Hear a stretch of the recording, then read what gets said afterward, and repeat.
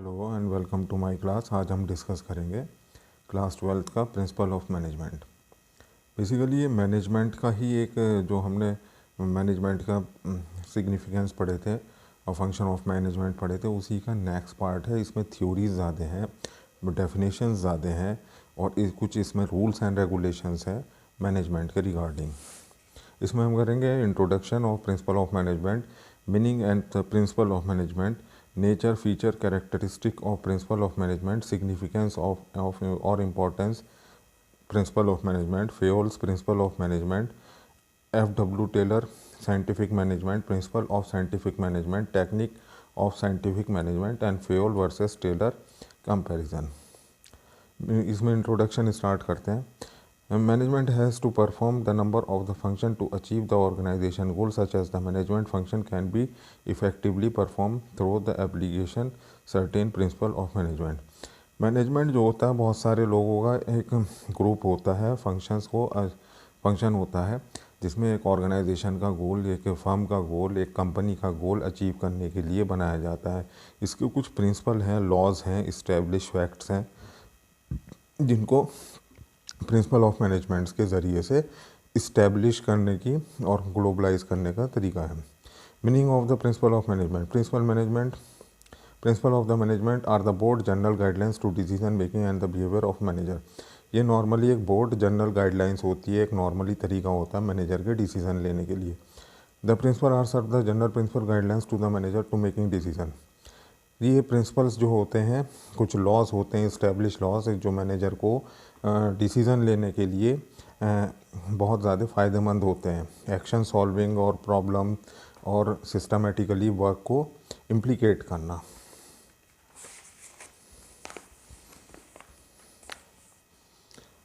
इसमें कुछ establish facts हैं, जैसे कि मैनेजमेंट प्रिंसिपल, प्योर प्रिंसिपल, जैसे कि ये कोई साइंस तो नहीं है, जैसे कि हम इसमें मैनेजमेंट प्रिंसिपल वर्सेस में प्योर साइंस प्रिंसिपल।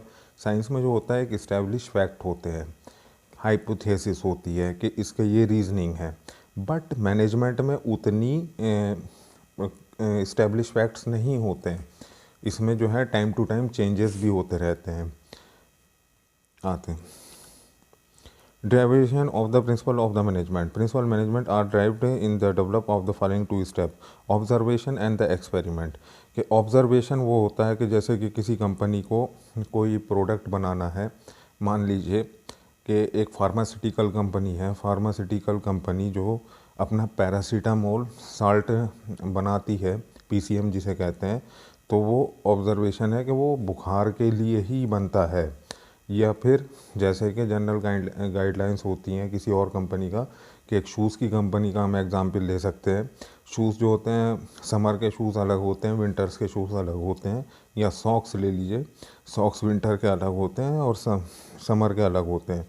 तो उसी के हिसाब से जो है कंपनी प्रोडक्शन को अपना इंक्रीज़ और डिक्रीज़ करती है। कोई सीज़न आ रहा है, मान लीजिए समर का सीज़न आने वाला, तो उसमें समर के सॉक्स को प्रोड्यूस करना शुरू करेंगे, और विंटर आ रहे हैं तो विंटर के सॉक्स को प्रोड्यूस करना शुरू करेंगे।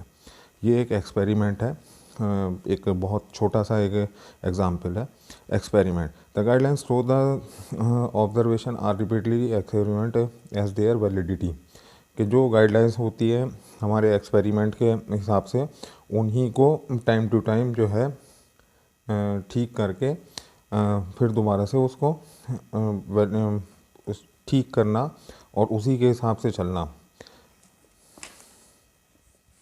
Nature, feature and characteristic of the principle of management. कि नेचर जो होता है प्रिंसिपल ऑफ मैनेजमेंट का, ये एक यूनिवर्सल एप्लीकेबिलिटी है। कि यूनिवर्सल एप्लीकेबिलिटी मीन्स कि ये सब तरीके की ऑर्गेनाइजेशन पे लागू होता है, छोटी हो बड़ी हो, छोटा ग्रुप बिजनेस हो या बड़ा ग्रुप बिजनेस हो, ये सब पे एप्लीकेबल है।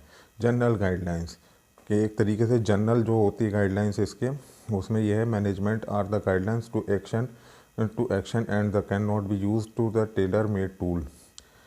दे do not provide the readymade. ये मतलब कि एक जनरल गाइडलाइंस होती है कि जैसे top level management, middle level management और लोअर लेवल मैनेजमेंट जो अपने फंक्शन करते हैं, वो एक प्री प्लान होकर के करते हैं कि हमें इसी तरीके से अपने फंक्शंस को अप्लाई करना है। एक लॉ है उसके लिए कि जो ऑर्डर देगा top level management, middle level management को, और वही लोअर लेवल मैनेजमेंट को काम करना पड़ेगा। Form by practice and experiment. ये प्रैक्टिस मतलब कि तजुर्बे से ही लागू होता है। जिनको एक्सपीरियंस होता है, जिनका एक्सपेरिमेंट होता है, उसी से ये लागू होता है। They have the develop through the observation, experiment and the experience of the management thinker. It is a matter of the common experience that discipline the curriculum activity any purpose। Flexible के flexible भी होता है कि मान लो change करने पड़ते हैं, जैसे कि टेक्नोलॉजी है, एक कंपनी है, एक हम पहले का एग्जाम्पल लेते हैं, टेलीविज़न होते थे, पहले आते थे ब्लैक एंड वाइट टेलीविज़न, उसके बाद CRTV, फिर LED LCD, और अब मोबाइल पे चलने लगे।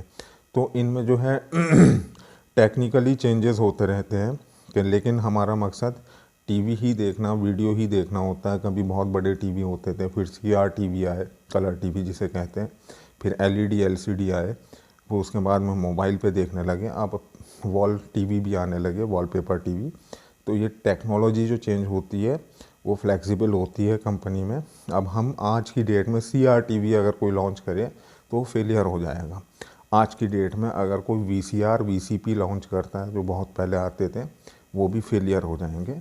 इसलिए फ्लेक्सिबिलिटी कंपनी के अंदर भी होनी चाहिए। Mainly behaviour, principal of the management influence the human behaviour because of the work is done by the human being.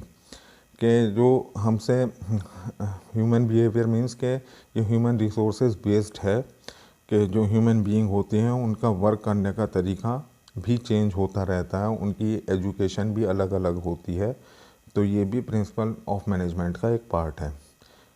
Cause and effect the relationship. The principle of management are intent to establish relationship between the cause and effect, so that they can be used the similar situation large number of cases।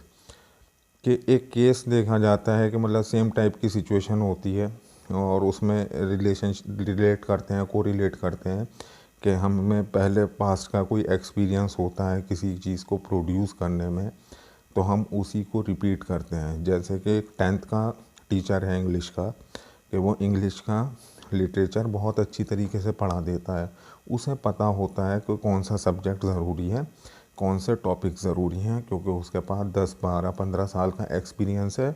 इसीलिए वो बच्चों को वही topics को ज़्यादा focus करेगा, उसका experience यहाँ पे काम आता है। सिग्निफिकेंस और the importance of the principle of management. के प्रिंसिपल ऑफ मैनेजमेंट के फ़ायदे क्या हैं? Providing the management with the useful insight into the reality. ये मतलब कि एक विज़न देता है मैनेजर को, जो कि एक मैनेजर जो होता है एक बहुत ही अच्छे से काम करता है अपने कंपनी के अंदर भी, और कंपनी के बाहर की सिचुएशन को भी अच्छे से समझता है, और उस प्रोडक्ट को लॉन्च ही उसी पर्पज़ से करते हैं। ये उसमें फ़ायदेमंद होता है। Optimum utilization of the resources and effective administration.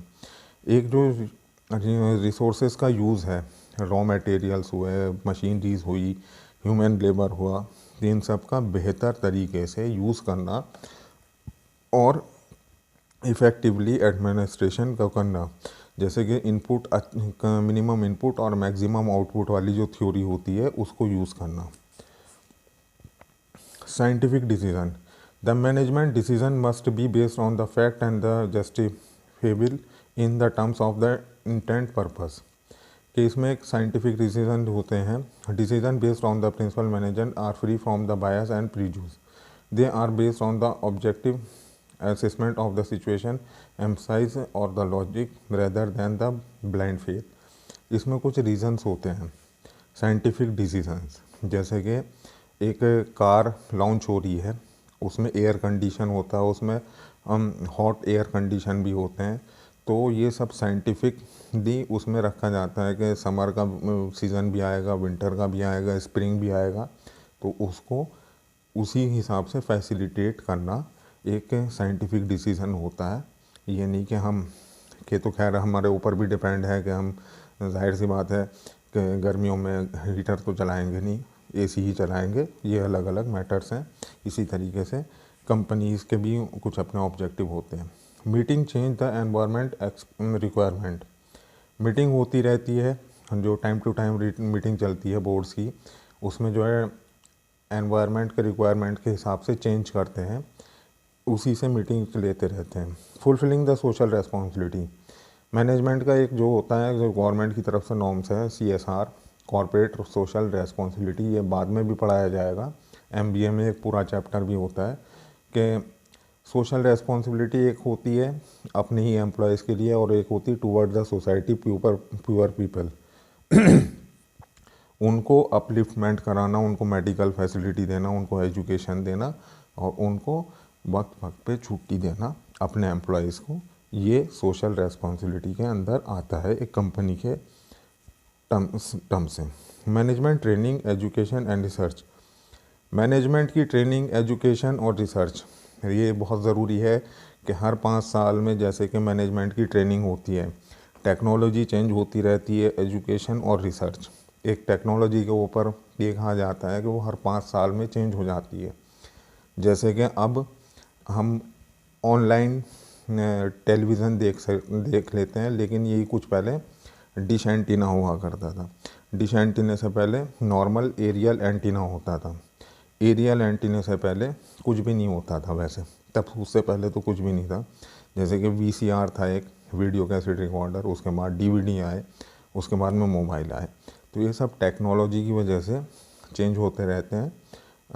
तो इनकी एक ट्रेनिंग देनी पड़ती है कंपनी में कि अब टेक्नोलॉजी चेंज है।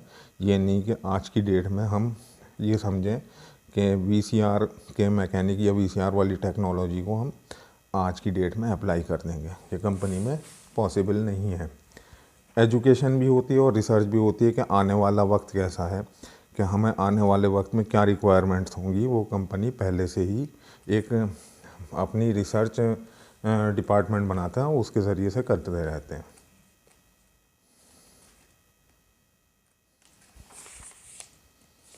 अब यहाँ पे कुछ थ्योरीज हैं।